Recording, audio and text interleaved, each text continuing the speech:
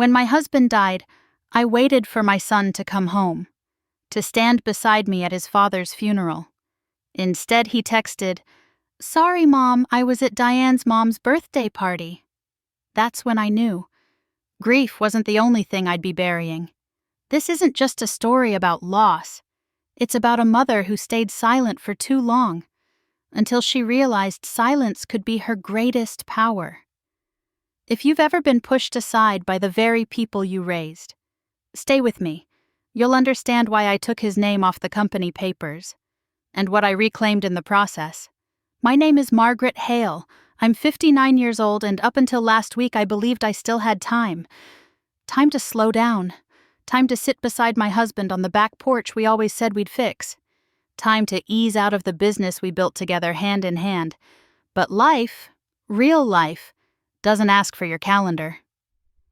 That morning started like every other Tuesday. Nothing special, nothing dramatic.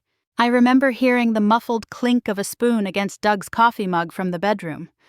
The smell of his favorite dark roast drifted down the hall, rich and grounding. I tied my robe and padded into the kitchen barefoot.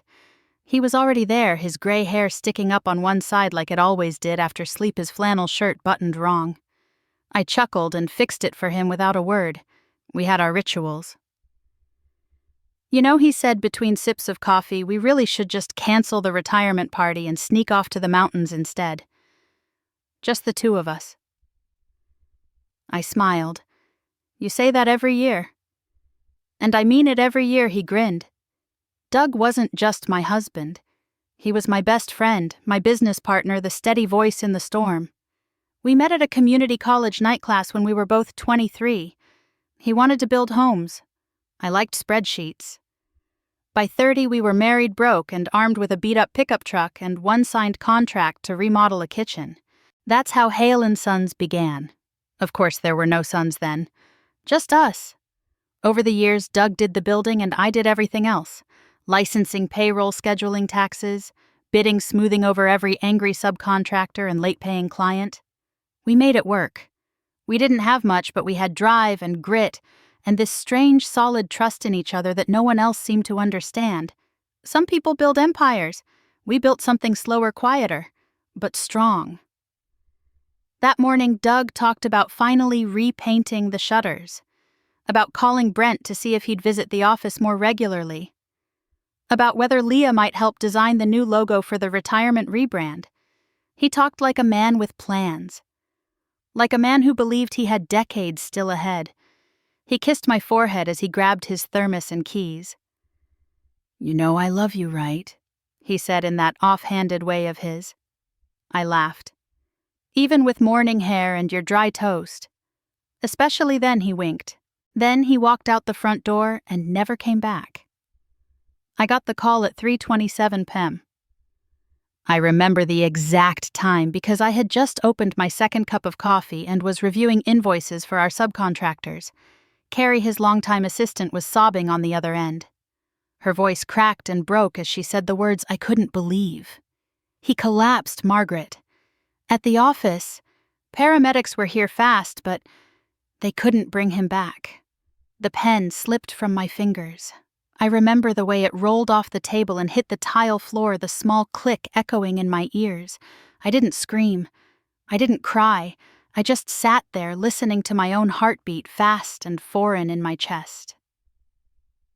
The drive to the hospital is a blur. I don't remember the stoplights or the parking lot. I remember the hallway. The cold, too bright lights. The nurse who held my elbow gently like I might fall. There he was. My Doug. Lying still peacefully somehow like he'd just dozed off at his desk. Except the air was too still. The light in the room too sharp. The silence too deep. His hands looked the same. I reached for them, half expecting warmth. There was none. I don't remember what I said. If I said anything at all. Back home, everything felt frozen. His keys were still in the bowl by the front door, his work boots by the mudroom.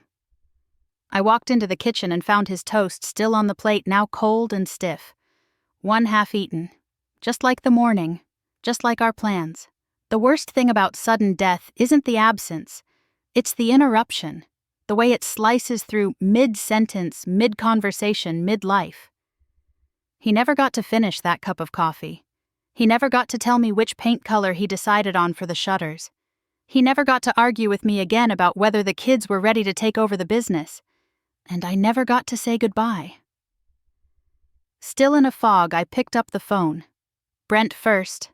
My son, my oldest. I needed to hear his voice. I needed him to anchor me. The phone rang 4 times before voicemail picked up. Brent. I whispered, "It's Mom, your father. He's gone. Please call me." Then I called Leah. She answered on the 3rd ring. Her voice broke when I told her. She said she'd book the next flight. She said she'd be here. I didn't ask for anything. I just needed her voice in the dark. That night I walked through the house like a stranger. I turned on lights I didn't need just to chase the shadows. In the kitchen, without thinking, I made 2 cups of coffee. One for me, one for him. I carried them to the table and sat. Both cups steamed between us. One for the living, one for the memory. I reached out and rested my hand on the empty space across from me. The chair creaked like it always did when Doug sat back to read the morning news. I closed my eyes, pretending, just for a second, that I could hear him breathe. The silence that night wasn't peaceful. It wasn't even quiet. It roared, and somewhere deep in me, I knew this wasn't just the end of a marriage. It was the beginning of a reckoning. The morning after Doug's death, I woke up in a fog, the kind that settles behind your eyes and makes everything feel half real. I hadn't really slept. I kept hoping I'd wake to find him beside me, that this grief had all been a dream. But the bed was cold, his side untouched. I reached for my phone before I even got out of bed. No missed calls. No new messages. Brent still hadn't responded. I tried to give him the benefit of the doubt. Maybe his phone had died. Maybe he was in shock and didn't know what to say. I refreshed the screen again and again, looking for that little dot that never came. The house was silent except for the creak of the old floorboards and the whir of the heater kicking in. At 8:12 a.m., my phone buzzed. I opened the message, breath caught in my throat, clinging to some naive hope that it would say, "Mom, I'm so sorry. I'm on my way." Instead it read, "Sorry, Mom, I had plans. It was Diane's mom's birthday party." That was it. No. "Are you okay?" "No, I'll call you later." Just that cold transactional, like he'd forgotten who he was texting. I stared at the screen for a long time, my hand trembling slightly. I didn't know what hurt more, the words themselves or the casual way he'd written them, as if his father's death was just another event he couldn't squeeze into his schedule. Doug had adored Brent. I remember the way his eyes lit up when Brent got his driver's license, how proud he was the first time Brent came to a job site and helped measure a foundation. Doug taught him how to hold a hammer, how to read blueprints, how to shake a client's hand with confidence. Every inch of Hale & Sons had pieces of Brent's childhood woven through it. Handprints in concrete doodles on the backs of discarded blueprints, the photo Doug kept on his desk of Brent, standing proudly in a tiny hard hat. And now, he couldn't even be bothered to say goodbye. The funeral was scheduled for Saturday afternoon. Leah arrived that morning. She looked exhausted but present. Her hug was stiff, but I could feel she was trying. "Did Brent call?" she asked quietly. I shook my head. "He sent a text. Said he had plans." Leah looked away. "Diane's mom throws a party every year. I didn't think he'd actually skip." I didn't respond. I didn't have the words. Or maybe I had too many and none of them would have come out kindly. That afternoon I stood in the church vestibule greeting mourners and thanking people for coming. I lost count of how many times someone asked, "Where's Brent?" or "I thought your son worked in the business." I forced a polite smile each time, but inside I was screaming. Doug's casket sat at the front of the chapel, closed per his wishes. I placed a photo of us beside it, our last anniversary dinner. He wore that navy blue suit that still hung untouched in our closet. The tag from the dry cleaner was still on it. As I walked up to give the eulogy, I kept waiting for Brent to walk in. I thought maybe, just maybe, he'd come rushing in at the last moment, breathless and ashamed, but ready to honor his father. But the doors never opened. I stood there looking out at the rows of familiar faces and realized that I was about to speak for both of us. My son had chosen not to come. Not even for this. I held the paper with trembling hands but never looked down. Instead, I spoke from memory. From the heart Doug had loved. I talked about the early years of our marriage, about building the business, raising 2 children in a house that constantly smelled like sawdust and fresh paint. I talked about his laugh, his integrity, how he always stayed on a job site until the last nail was hammered in, even if it meant missing dinner. I didn't cry. I couldn't. I felt like I was holding my breath the entire time. After the service, as people trickled out, I sat in the last pew and stared at the stained glass windows, watching the light shift across the floor. I didn't know what came next. I didn't feel anything but tired. Leah found me there.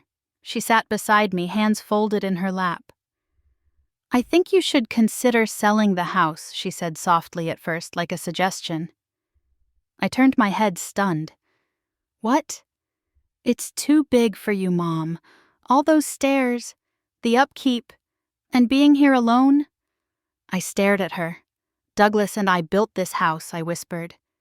She backtracked quickly. I know. I just meant it might help to start fresh somewhere else. Less painful memories. And it would free up some resources. For your retirement, you could travel. Relax." But I knew. I saw it in her eyes. She wasn't thinking about fresh starts or pain. She was thinking about assets. I stood up slowly, the weight of the day pressing against my spine. "Let's not do this now, Leah." "Of course," she said, rising. I want what's best for you." I nodded, but didn't say thank you. What I wanted, what I needed, was my husband. What I had instead were 2 grown children, one absent, one already circling the estate like a vulture. That night I went home alone. I made 1 cup of tea instead of 2. I sat on the couch, Doug's favorite blanket draped over my shoulders. The remote sat untouched beside me. The silence returned steady and loud. I reread Brent's message again, hoping maybe I'd missed something. That somehow between the lines there was grief or regret, but there wasn't. Just a man who had once been my little boy who now couldn't be bothered to show up. And I began to wonder, what else had he stopped showing up for? The house didn't feel like home anymore. It felt like a museum. One built for a man who had just been there but was suddenly gone, leaving everything behind exactly as it was. The mugs in the sink, the creases in the bedsheets, the jacket on the coat rack. All untouched. All waiting for someone who would never return. It was the kind of silence that didn't invite peace. It pressed on your chest, made your ears ring. Doug used to say our house had character. Old wood, creaky floors, a grandfather clock that ticked a little too loudly. Now every sound felt sharpened, the ticking unbearable, like a heartbeat that didn't know it was supposed to stop. I moved from room to room trying to find something to do. Something that didn't involve sitting and staring at the front door. The kitchen still smelled faintly like cinnamon toast. His reading glasses were still on the counter, resting on top of a newspaper folded open to the sports section. He always read that first, muttering to himself about the Celtics' defense like they owed him an apology. In the living room, his slippers sat just beneath the armchair. I couldn't bring myself to move them. It felt like I'd be erasing him one item at a time. I tried to do laundry but stopped halfway through folding his favorite flannel shirt. The sleeves fell limp in my hands and I pressed it to my face. The scent was still there. Aftershave fabric softener, something warm I couldn't name. I sat on the floor and held it like it could hold me back.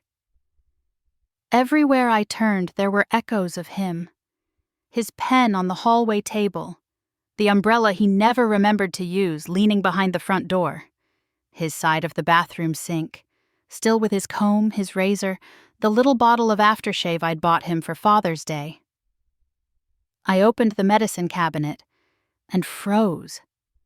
His prescription bottle sat on the shelf half full. The label read his name in crisp black ink, and beneath it the instructions I must have read 100 times aloud to him after his last checkup. Take with food, twice daily. I had reminded him. He had forgotten. We'd laughed about it. Now it just mocked me. I closed the cabinet too fast. The mirror rattled. Later that afternoon I wandered into his home office. We'd added it onto the house 15 years ago after Hale & Sons took off. It still smelled like cedar wood and coffee grounds. His chair was pushed slightly away from the desk, like he'd just stepped out to take a call. On the wall, his framed business license hung proudly next to a photo of our first completed remodel, the old Whitaker place on Redfern Street. Doug had been so proud that day. He said we'd made something real. On the desk was a small square frame I hadn't touched in years. Brent, at age 9, wearing an oversized hard hat, standing next to Doug with one arm around his shoulders. They both had the same smile. Broad, unapologetic. That photo had sat there through every meeting, every decision, every sleepless night Doug spent reviewing blueprints. I picked it up. For a moment I could almost hear Brent's childhood laugh echoing down the hallway. Could almost see him trailing Doug around job sites asking endless questions about nails and levels and floor joists. But that boy was gone. And the man he'd become. He hadn't even shown up to say goodbye. My chest tightened. Not just with grief, but something uglier. Anger. Deep, simmering anger that caught me off guard. It wasn't just the funeral. It wasn't just that text message. It was the birthday parties missed, the Sunday dinners rescheduled, the slow erosion of calls and visits over the years. Brent had been drifting for a long time. Maybe I'd pretended not to notice. Maybe I thought the distance was just part of growing up. But now I saw it for what it was. A choice. He chose convenience. Comfort. And now, even in death, his father's memory wasn't strong enough to reroute his plans. I placed the frame down, careful not to let it tip. My eyes scanned the room again. The unfinished to-do list taped to the corkboard, the extra copy of our operating agreement still paper-clipped in the drawer. Doug had been preparing to transition more leadership to Brent. He believed he was ready. He wasn't. And maybe, just maybe, I wasn't ready to let go either. Not like this. I sank into Doug's chair and swiveled toward the window. Outside, the autumn trees were just beginning to turn. Yellow streaked through the leaves like caution tape. The sun hit the glass and warmed my knees. For a moment, I let my hand rest on the armrest where his always had. Solid, worn, familiar. And then, barely above a whisper, I said aloud, "They weren't there, Doug." But I was. I always was. The room didn't answer. It didn't need to. That night I went to bed early, though I knew I wouldn't sleep. As I walked down the hallway, I passed the long mirror outside our bedroom. I paused. The woman staring back at me looked tired. Her eyes were rimmed with exhaustion, her lips pressed in a line she hadn't meant to form. My hair was loose and dull. I hadn't worn makeup in days. But beyond the surface, I saw something else. Something sharp. Something solidifying. This wasn't just mourning anymore. It was something heavier, something that needed reckoning. The kitchen table had always been a place of life. Laughter. Plans scribbled on napkins, grocery lists, handwritten notes from Doug stuck to the fridge. Don't forget to water the begonias. Now it felt like a place of finality. Harold Green arrived precisely at 9 a.m., carrying his leather briefcase like it weighed more than just paper. He had been Doug's best friend for over 30 years and our company's attorney for just as long. There was something gentler in his face that morning, a tired crease above his brow that hadn't been there the last time I saw him. Margaret, he said softly at the door. I'm so sorry. He stepped into the kitchen like he knew the weight of the air, like he'd been preparing for this day in his own quiet way. His eyes flicked toward the second coffee mug on the counter. I hadn't even realized I'd poured 2 again.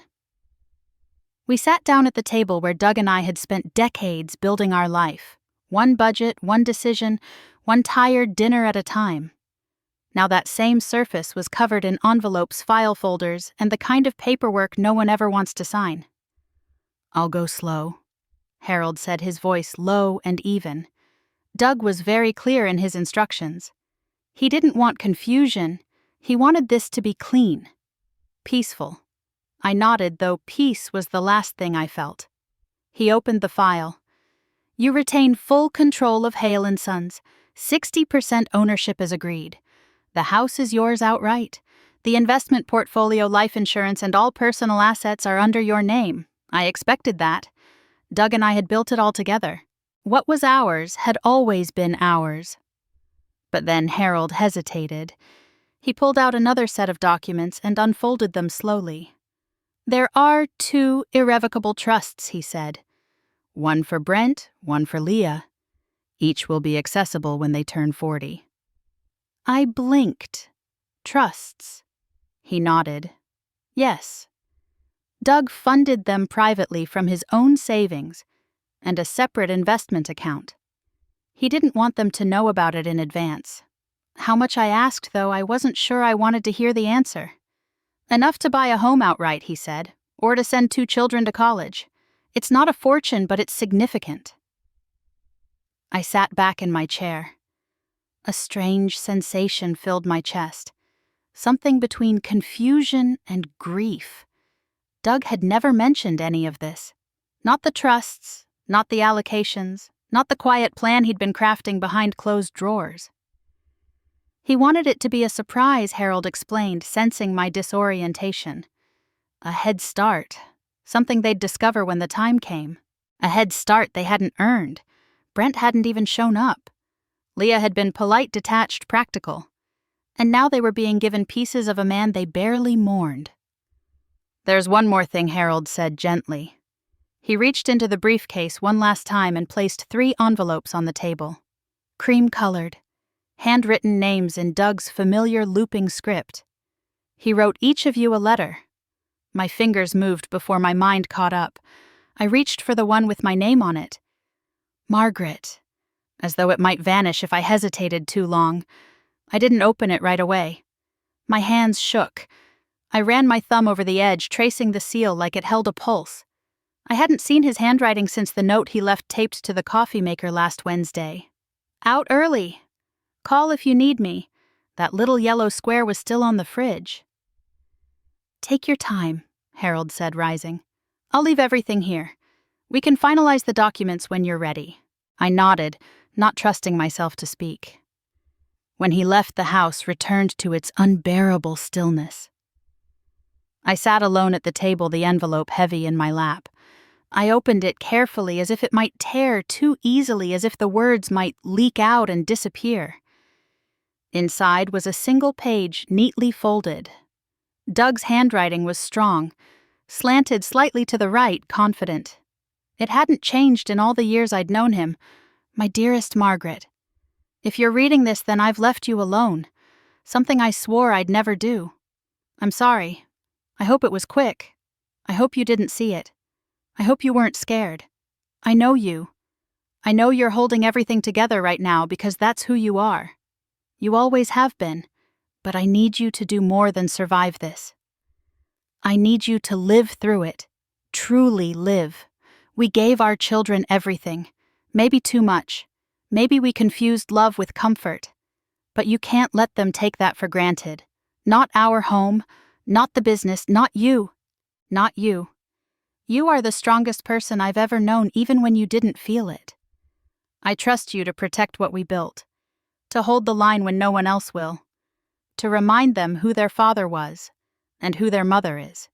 If they fight you, let them. But don't back down. Don't shrink. You're not just my wife. You're the foundation of this family. The one who made all of it possible. I love you. Always. Doug. By the end, my hands were wet with tears I hadn't realized were falling. But what I felt wasn't just grief. It was something else. Something rising. Resolve. I folded the letter and pressed it to my chest. I sat there for a long time listening to the faint hum of the refrigerator, the occasional creak of the house settling. This wasn't just about losing Doug anymore. It was about everything we built. Everything that mattered. And everything I had let slide in the name of keeping peace. Doug had seen what I was only just beginning to face, that love without boundaries turns into entitlement. He was gone, but I was still here, and I wasn't going to disappear. Saturday arrived gray and crisp. The sky held that muted light that comes just before a cold front moves in. I had brewed a pot of coffee, but I barely touched it. Instead, I sat at the kitchen table with a folder in front of me, cream-colored heavy, stamped with the official seal of the state. Inside was the updated registration for Hale & Sons. Except now it was just Hale Designs, and there was only one name on the company papers. Mine. The doorbell rang exactly at noon. I knew it would. Brent and Leah were nothing if not punctual.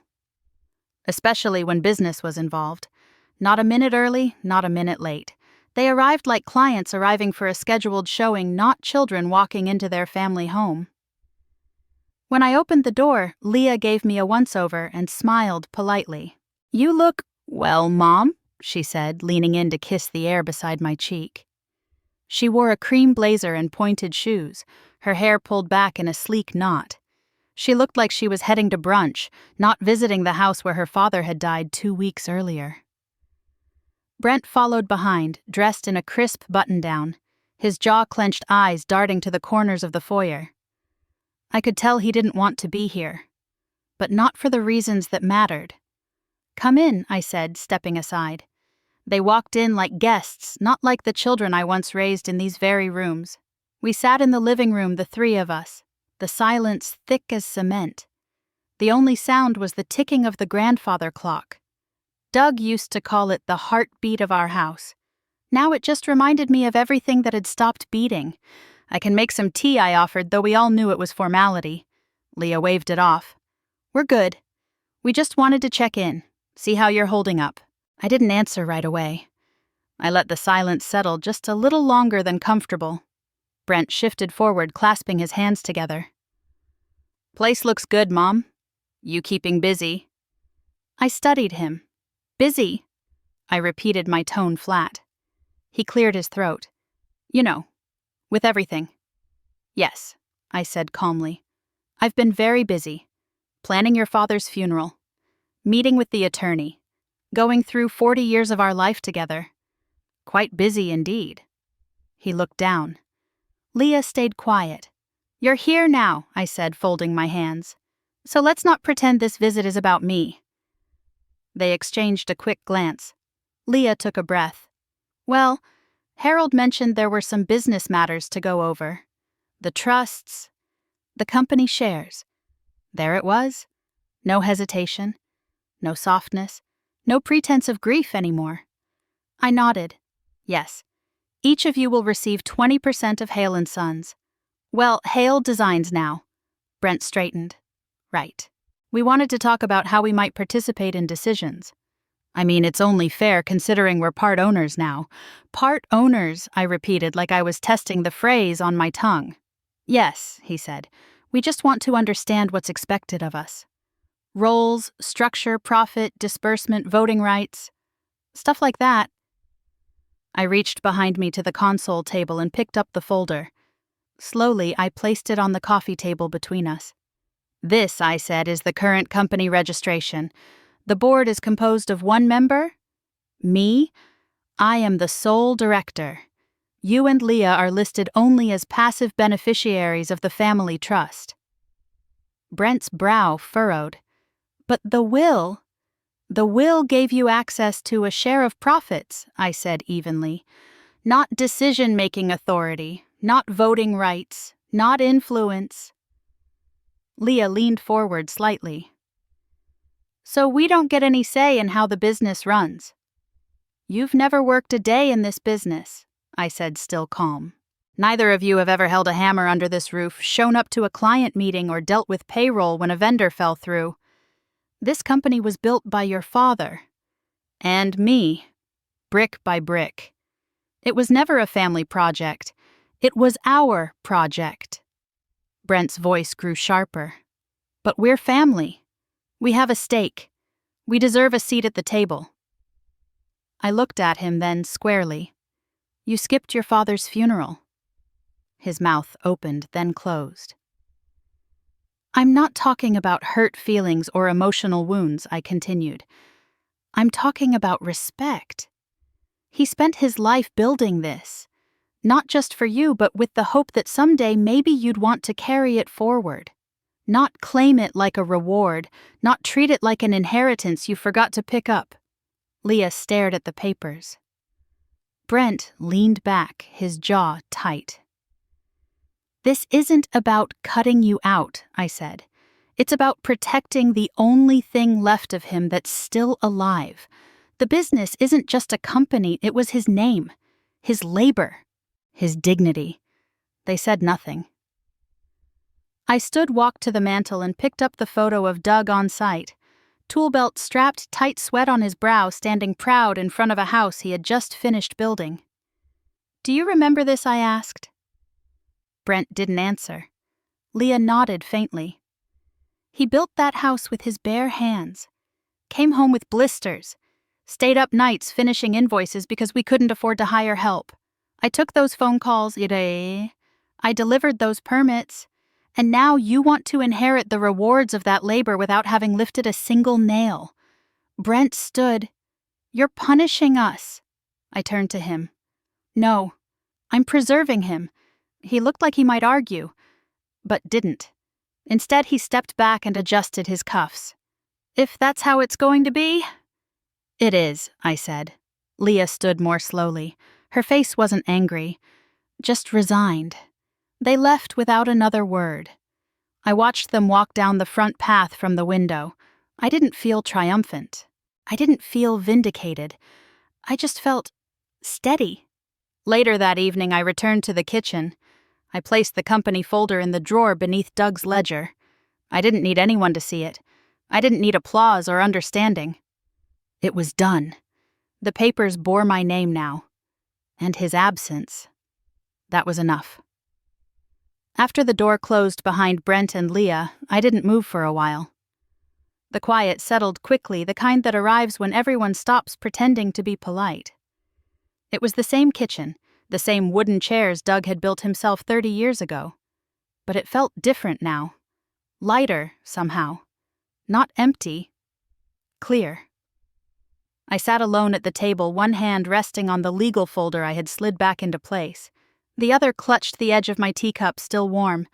I didn't feel victorious. That's not what this was about. I wasn't trying to win. I was trying to hold something sacred that had already been carelessly walked over. Doug's voice floated through my mind, uninvited, but welcome. Don't shrink, Margie. You've never had to ask for permission to be strong. That's the thing about grief. You think it'll consume you in sorrow, but sometimes it shows up as fire. A soft, steady burn of clarity. An hour later, my phone buzzed. I didn't need to check the screen to know it was Brent. I picked it up anyway, more out of duty than curiosity. Brent, I can't believe you'd be this vindictive. Dad wouldn't have wanted this. I stared at the words. The arrogance of assuming Doug would have chosen comfort over principle. I knew my husband better than that. Doug valued work, effort, respect. Not just from others, but especially from his children. I didn't respond. Instead, I placed the phone face down and walked into Doug's office. The air still held a faint trace of his cologne mixed with the wood polish he used on his desk every Sunday. On the wall was a framed motto he once had printed for himself in all caps: "Build what lasts." It wasn't just about houses, it was about character, legacy. I sat down in his chair and picked up the phone again, but not to call Brent. I dialed Harold Green, our lawyer. He answered on the second ring. Margaret. Yes, I said. I want you to move ahead with removing Brent's name from all provisional contracts. Anything Doug discussed but didn't file. There was a pause. Understood. And I want you to update the company's board documentation. I'm appointing someone else as successor should anything happen to me. Who I hesitated only for a moment. Lauren Mahoney. Harold made a sound. Surprise and recognition in one breath. Doug trusted him more than some family. I know. Doug used to say Loren had dirt in his boots and loyalty in his bones. He'd started with us straight out of trade school when Brent was still learning his multiplication tables. For 2 decades, Loren had stayed late on job sites, driven clients to walkthroughs in his own truck, helped Doug recover from surgery without missing a beat in operations. He never once asked for ownership. Never hinted. But Doug had quietly told me, years ago, if he ever had to hand the business to someone, Loren was the man he'd trust. So I did, and I didn't feel the need to tell Brent. Let him find out when it mattered. The next morning, I called Loren. "Hey, Mrs. Hale," he answered, his voice gravelly from the job site. "How you holding up? I'm getting there," I said. "Listen, I need to talk to you, in person, about the company." He paused. "I'll be there tonight." That was all. No hesitation, no questions. Just loyalty. That evening we sat across the same kitchen table, this time with different papers. I told Loren what I wanted, what Doug had once confided, what I was building, not just to protect the company but to honor the soul of it. Loren didn't puff up, didn't celebrate. He looked down, folded his hands and said quietly, "I won't let you down. I never let him down either." And I believed him. After he left, I didn't pour tea. I didn't turn on the TV. I pulled out an old spiral notebook from the cabinet, the one I used to keep family recipes in, and opened to a blank page. I didn't journal often, but that night I wrote, not to explain myself, not to justify, just to breathe through ink. October 22nd. Today I took back something that was always mine, but I was too polite to claim. Not out of spite, out of survival. Doug built the walls. I held the roof steady. And now I'm guarding the door. If that makes me the villain in their eyes, so be it. But I know the truth, and that has to be enough. I closed the notebook, feeling no need to reread it. Instead, I stood up and walked into the living room. I drew back the heavy curtains Doug had always complained about. "Let the light in, Margie. What are you hiding from?" And let the sunlight pour through dust shimmering in its beam. The house didn't feel cold anymore. It felt claimed. Not by them. By me. The house was still. Not cold anymore. Just still. I walked into Doug's office after dinner not for any particular reason. It had become a kind of ritual lately. The room hadn't changed since the day he left it, blueprints still stacked on the desk, a single coffee ring left on the corner. But tonight, something pulled me to the bookshelf. There was a photo album tucked between a pair of business reference guides, its leather spine worn soft with age. I pulled it down gently and carried it to the couch. The plastic sleeves crackled as I turned the pages. Brent, as a baby, swaddled in Doug's arms on the porch of our first house. Doug's face was so young, his eyes bright with pride and a little fear. On the next page, Brent, around age 5, sitting in a pile of wood shavings, hammer in hand, trying to help his dad build the garden shed. I smiled at the memory. Doug had let him hammer a scrapboard for over an hour just so he could feel useful. Page after page was filled with the kind of moments you think you'll remember forever, but still need photos to recall fully. There was Brent, at age 7, missing his 2 front teeth, holding a fish he and Doug had caught during their camping trip. Then him at 12, grinning in a soccer uniform, dirt on his knees.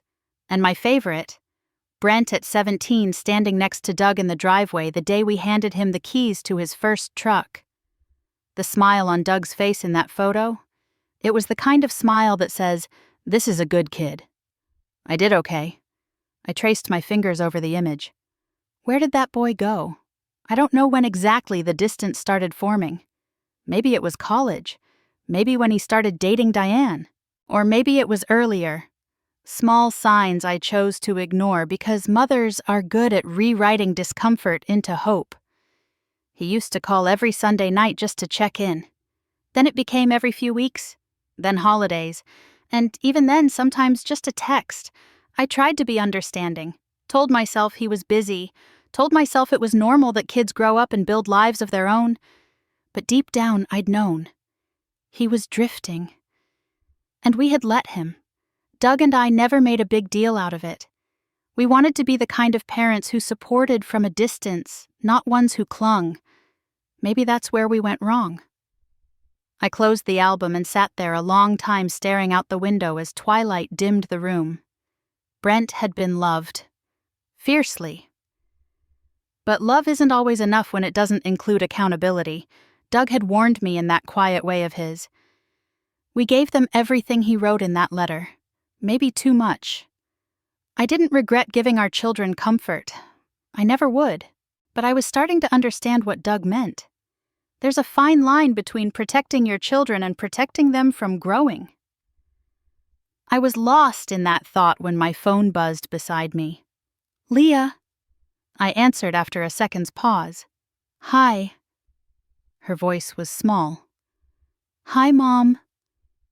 For a moment, neither of us spoke. The silence wasn't hostile. It was hesitant. Careful. I've been thinking, she finally said, about the meeting, about everything. I waited.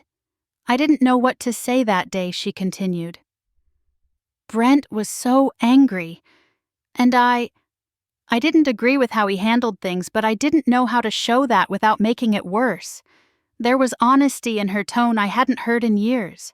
I didn't speak yet. I wanted her to fill the space herself. I guess I wanted to tell you. I understand why you did what you did. Maybe not all of it, but I get the feeling behind it. I closed my eyes. Thank you for calling, I said. Then softer. But understanding isn't the same as showing up. Leah was quiet again. I know. There was no defensiveness in her voice, just recognition. I loved your father, I said, and I needed both of you there. Not just out of duty, but because I wanted you to care. Really care. I did, she said quietly. I do. I guess I didn't know how to be there the right way. I looked down at the album still in my lap. You didn't have to be perfect, just present. I'm sorry, Mom, she whispered. Truly. I know I said. We hung up without promises, without big conclusions. But there was a softness in me now, where earlier there had only been steel. After the call, I walked to the fireplace mantel and picked up a family photo taken a decade ago. Doug in the center arms around both kids, all of us sunlit and smiling. It had been taken on our front steps after a big barbecue. Brent had just gotten a promotion. Leah had just bought her first car. Doug had made ribs and kept bragging about the marinade. We were happy that day, or maybe we were just unaware. I didn't know if that version of us could exist again. Maybe not. Maybe things had shifted too far. But I could still love the people they once were. I could remember them without needing to rewrite the present. I placed the photo back on the shelf. My gaze lingered for a moment, not just on Doug, but on me, because I saw her too now. The woman I had been all those years. The one holding everyone together. And I knew I wasn't holding it for them anymore. Now I was holding it for me. It was a Tuesday morning. Cloudy cool, the kind of day Doug would have called perfect porch weather. I had just poured my coffee and was heading to the garden when my phone buzzed. Brent. I stared at the screen for a moment. His name didn't bring the sharp twist in my stomach anymore, just a faint flutter of curiosity. Like seeing a chapter you already knew the ending to. I answered and held the phone to my ear, saying nothing first. He didn't wait. His voice came through, tight and fast, already rising. So that's it, huh? You're cutting me out of everything. You rewrite Dad's company papers and suddenly I don't even matter. I let the words hang in the air. I didn't feel the sting I expected. I wasn't wounded, just tired. I gave you space, he continued. I thought maybe you'd cool off, maybe Leah could talk some sense into you. But now she's acting like you've gotten into her head too. What are you doing to this family, Mom? I still didn't speak. I wanted to hear him, really hear him, because sometimes people show you more by what they choose to say when they're angry. I worked hard too, he went on. You think just because I wasn't around every weekend that I didn't care, that I didn't respect Dad? That's not fair. You don't get to erase me from everything. Finally, I exhaled. No one's erased you. Brent, I said quietly. But you walked away long before I ever picked up a pen. Silence. You made your choices, I continued. I'm living with mine. He didn't respond immediately. I imagined him standing in his kitchen, pacing, maybe phone pressed tight to his face like it could help him feel in control. I'm still your son, he said. But there was something uncertain in his voice now.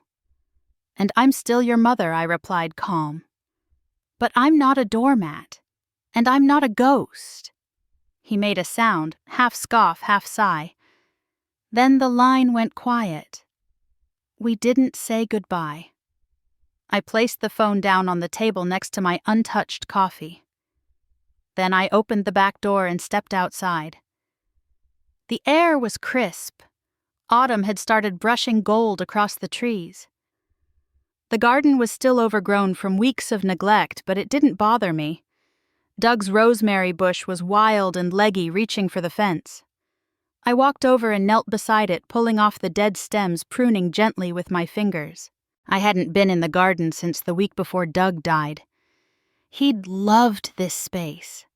The neat rows of tomatoes, the wooden trellis he'd built by hand for the climbing beans, the tiny labels he wrote for each herb in his messy capital letters. Thyme, basil, mint, rosemary. It had always been his way of unwinding, getting his hands in the dirt, planting things he could never guarantee would grow. I used to tease him about his retirement farmer phase. He would just grin and say, "You don't need to fix everything. Just tend to what's yours."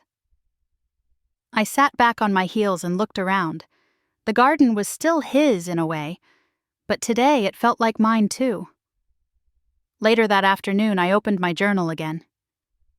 But this time, I didn't write about Brent, or Leah, or even Doug. I wrote about the garden, about how the lavender was still blooming defiant against the change in season, about how the rosemary felt soft between my fingers, even when it looked brittle. I wrote about how quiet it felt to be alone, and how for the first time that quiet didn't hurt. I wrote, "Today I cut back the rosemary. It looked dead in places, but underneath it was green, still alive, just waiting to be seen." It was the first entry I'd written in weeks that didn't come from pain. It came from presence. There's a moment in grief that no one warns you about, the moment when the pain doesn't vanish, but it loses its sharpness. It stops biting and starts humming, low, steady, like a distant thunder you've made peace with. It doesn't demand your attention anymore. It just reminds you that it was real. That night I poured a glass of red wine, Doug's favorite Cabernet. I sat on the couch, turned on the old stereo, and let Ella Fitzgerald's voice fill the room. Doug had loved jazz. He said it made the house feel less lonely, more lived in. I used to laugh, but he wasn't wrong. As the saxophone curved around the melody, I didn't feel lonely. Not exactly. I missed him. Of course I did. But I wasn't aching anymore. I was still. I took a sip of wine and looked around the room. The same walls, the same furniture. But I was different. For the first time since he died, I didn't feel like I was holding my breath. I exhaled. I was still here. 3 weeks after Doug's funeral, I stood in the parking lot of Hale Design's car engine, still running, keys trembling between my fingers. I hadn't set foot in the building since the week before he died. Every time I thought about it, the smell of fresh lumber, the familiar echo of boots on concrete, I'd turn back. It wasn't grief that kept me away. It was fear. Fear that the place we built together might feel hollow without him. But that morning, something in me had shifted. I wasn't walking into the past anymore. I was walking towards something new. Not because I had healed. Grief doesn't work like that. But because I had stopped hiding from it. I cut the engine, stepped out, and walked across the gravel. The building stood just as we left it. Nothing grand, just brick and cedar trim, but it had a soul. Doug used to say, "This place has good bones." Inside, the lobby hadn't changed.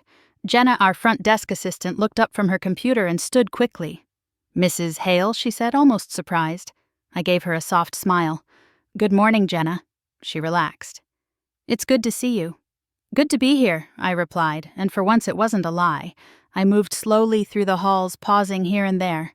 The coffee station still had the handwritten label Doug taped to the cabinet, "Real beans." Not office junk. I chuckled quietly. He was stubborn about his rituals. That coffee label had survived 2 remodels. When I reached his office, I stopped. The gold lettering on the door, D, Hale Founder, was dulled with fingerprints. I rested my palm against it for a moment before turning the handle. The room welcomed me like a quiet breath. His leather chair still creaked the same way when I sat down. The pen holder I'd given him for our 30th anniversary still sat on the corner of the desk, holding the same 3 black ballpoints he never used. On the shelves behind me were years of client files, industry magazines, and a dusty jar of Hershey Kisses Doug used to hand out during long meetings. They were probably expired. I didn't care. I closed my eyes and let the silence wrap around me. Doug's presence wasn't just in the furniture, it was in the steadiness of the space, the order, the purpose. A knock pulled me gently back. Loren stood in the doorway, ball cap in hand, sawdust streaked across his shirt. "Didn't mean to bother you," he said. "You're not," I said, motioning for him to come in. He stepped in slowly. "Crew's finishing up framing on Eastfield. I thought you might want to take a look." I nodded. "Let me grab my coat." The Eastfield duplex site was only 10 minutes from the office, but stepping out of the car felt like entering a different world. The rhythmic thud of nail guns' voices calling measurements, the smell of cut pine and damp earth. It was all so familiar it hurt. And yet it felt right. Loren moved easily among the crew, nodding here, adjusting a beam there. He knelt beside a younger guy, probably no older than 20, showing him how to correct a warped board without wasting material. His tone was even patient. No condescension, just experience. Doug had trained him well. I stood at the edge of the site, watching the structure take shape. Walls still bare, but outlines of rooms already visible. Sunlight poured through the wooden skeleton, casting long shadows across the subfloor. Doug would have loved this. He always said you could tell what kind of company someone ran by how their crew cleaned up after themselves. This crew. They stacked scrap lumber, neatly swept their paths, double-checked every bracket. Not because someone hovered over them, but because pride had become part of the work. That was Doug's real legacy. Not the logo, not the contracts, not even the company shares. It was in the way people carried themselves when no one was watching. He had built more than homes. He had built people. One standard, 1 second chance, 1 honest day's work at a time. I stayed longer than I planned. Long enough to see the team take their lunch break laughing over sandwiches and thermoses on a stack of drywall. Long enough to see Loren give a quiet nod to the kid he'd helped earlier. No praise, just respect. On the drive back to the office, I rolled down the window and let the wind rush in. It wasn't closure I felt, just understanding. Back in Doug's office, I moved to the bare wall behind his desk, the one that had held a certificate that fell years ago and was never rehung. I pulled a blank sheet of paper from the drawer and wrote slowly, carefully, "We build more than structures. We build what matters. No branding, no logo, just truth." I pinned it to the wall and stepped back. It looked small, but it felt enormous. This company would carry on, not just in my name but in Doug's spirit, in Lauren's steadiness, in the crew's hands, in every house that became a home because of the way we built it. As I left the office, I passed the photo wall. A snapshot of Doug tool belt on sunburnt and smiling in front of the Whitaker remodel, the first house he ever finished as project lead. I stopped, touched the edge of the frame. Still building Doug, I whispered, "You'd be proud." Outside, the sky had turned a soft gold. I walked slowly across the gravel lot, the wind tugging gently at my sleeves. My coat smelled faintly of wood dust. I didn't brush it off. Doug had always said if your sleeves are clean, you weren't really in it. I was in it now. And I wasn't going anywhere. The email arrived early, tucked between an ad for patio furniture and a shipping update for vitamins I didn't remember ordering. But it was the subject line that made my breath catch for just a moment. Final documents filed. Brent Hale removal. Confirmed. I opened it slowly as though speed might change its contents. It didn't. Dear Margaret, as of this morning, all legal filings are complete. You are now the sole executive owner and manager of Hale Designs. Brent Hale has been removed from all administrative and decision-making rights. The company records have been updated accordingly. Let me know if you have any questions. Harold Green. I stared at the screen, letting those words settle into me like sediment. Not because I didn't understand them, but because they landed with a softness I hadn't expected. For weeks I had imagined this moment would feel like cutting a cord, a final act of rupture. But now, sitting there in the morning stillness, it didn't feel like loss. It felt like clarity. No trumpet sounded. No great unraveling. Just silence and the certainty that I had done what needed to be done. I closed the laptop. A few minutes later, my phone buzzed. Just one short message. Leah.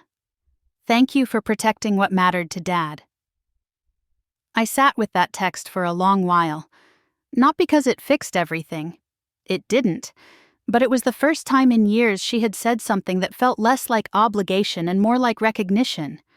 No explanations, no backpedaling, just truth. There was no message from Brent. And for the first time, I didn't expect one. I didn't even hope for it. The door was still open, but I wasn't standing by it anymore. That afternoon, I took the small cedar box from the top shelf of my closet. Its grain was smooth hand-carved, the kind Doug would have admired. Inside was a handful of ash and bone. The final bit of Doug I had kept aside after the funeral. I didn't tell anyone. Some things aren't about ceremony. They're about presence. I walked through the kitchen and out the back door into the garden. Doug had always called this his thinking place. On warm mornings, he'd sit on the old bench by the rosemary bush, drink his tea and scribble notes on napkins. Measurements, ideas for new trim designs, quotes he'd heard in passing. Sometimes I'd find scraps with things like, "A home is built from patience, not nails." The grass crunched under my feet, sun filtering through the trees in long golden strands. The garden was overgrown again, but not neglected, just untamed, alive. Just the way Doug had liked it. I knelt beside the rosemary bush, its scent rising in the breeze. Doug once told me rosemary was the remembering herb. That's what he called it. Said it helped memory hold on. I opened the box, no words, no ritual. Just me and the garden, and the sound of my own breath as I scattered the ashes into the soil. They settled softly between the roots. The rosemary rustled. I didn't cry. I didn't need to. I had done that already in pieces in private. This was different. This was grounding. I sat down on the old bench, letting my body ease into the familiar grooves. Doug had worn down the left slat from years of leaning his elbow there. It still creaked in the same spot. The wind moved gently through the trees. I looked out over the patchy lawn, the crooked stone path, the wild herbs curling toward the sun. This place had always felt like ours, but for the first time it felt like mine too. Not a shrine, not a burden, just a quiet piece of the world where I could belong. I whispered, not to the sky but to myself, I was always standing here.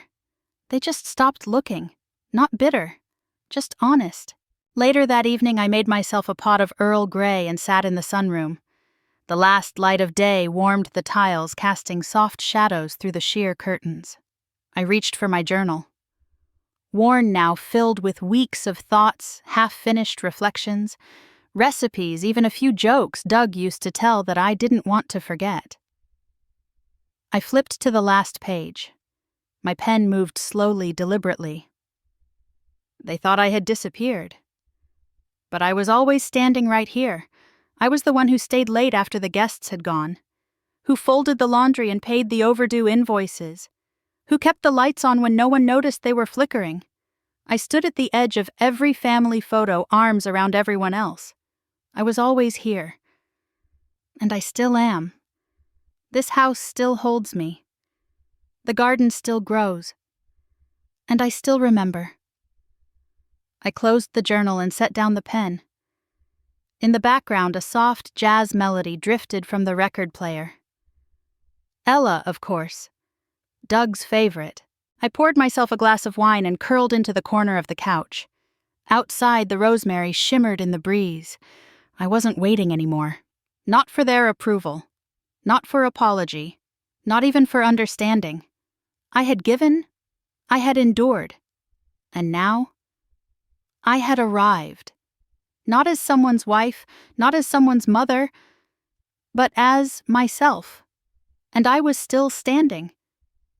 If this story touched something in you, maybe reminded you of your own quiet sacrifices or the times you stood in the background, holding everything together, I want you to know you were seen. You still are. Have you ever felt like the people you loved most forgot where you stood? Like your care was expected but never cherished? Tell us in the comments below. Your voice might be the one someone else needs to hear today. And if you believe in the power of quiet strength, in dignity reclaimed, and in stories that speak from the heart, don't forget to like this video, subscribe to the channel, and tap the bell so you'll never miss another chapter. Because here, every story begins with sacrifice and ends with something even stronger, self-worth.